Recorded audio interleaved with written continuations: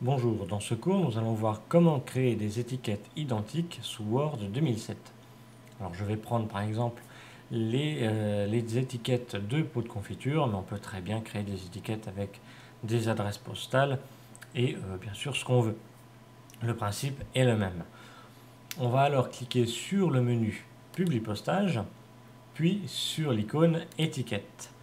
Une fenêtre s'affiche, on vérifie qu'on est bien dans l'onglet étiquette, si ce n'est pas le cas on clique dessus, et en dessous on a une case avec adresse, et c'est dans cette case là qu'on va taper le texte qui sera dans l'étiquette.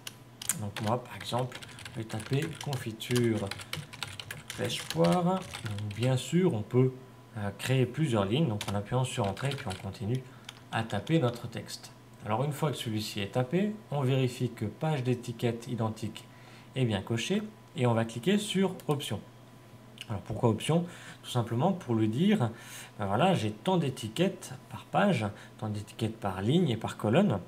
Et pour cela, quand vous avez acheté vos feuilles d'étiquette, vous avez logiquement sur l'emballage une référence que vous allez pouvoir retrouver dans la liste de références en cliquant une fois dessus et en validant sur OK.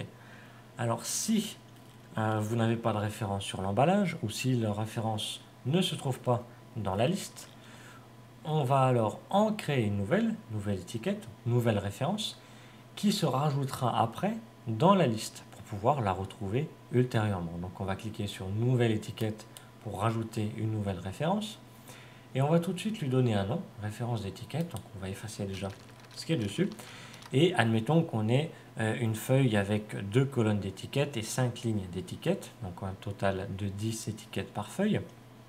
Je vais appeler ma référence par exemple colonne 2, col 2 et ligne 5, admettons. Le mieux c'est d'être le plus parlant possible pour pouvoir retrouver cette référence-là plus facilement. Après, nous avons en haut l'aperçu de vos pages d'étiquette.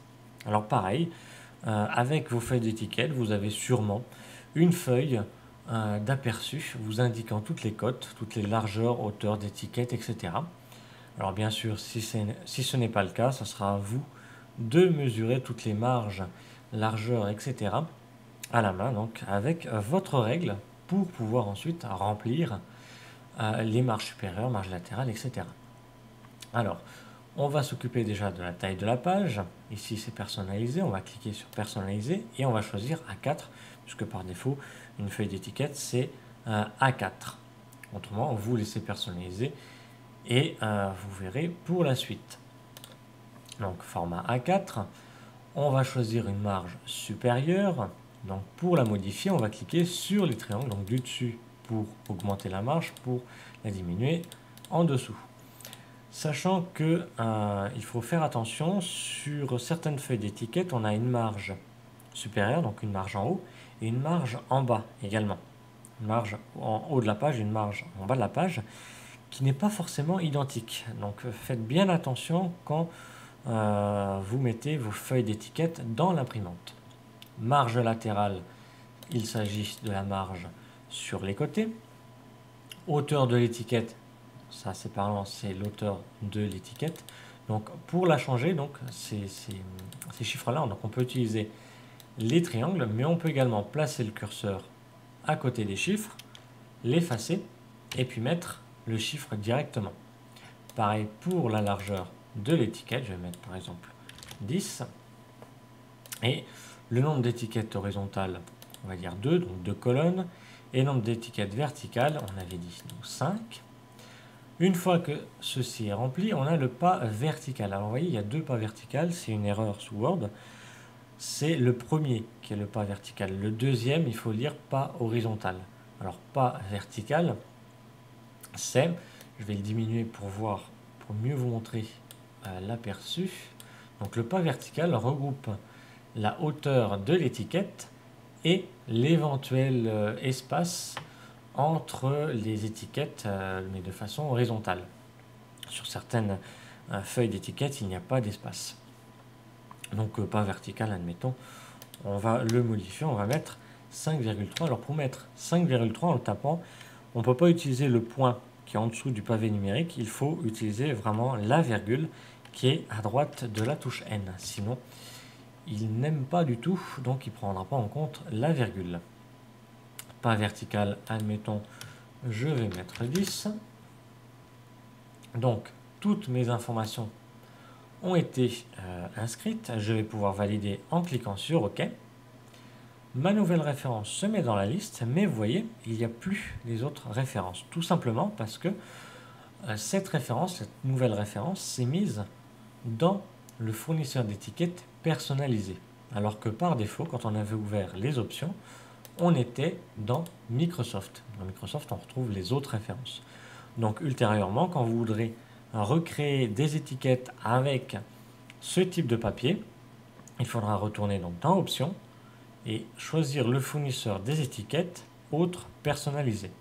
Vous cliquerez sur la référence désirée et donc on peut maintenant cliquer sur OK.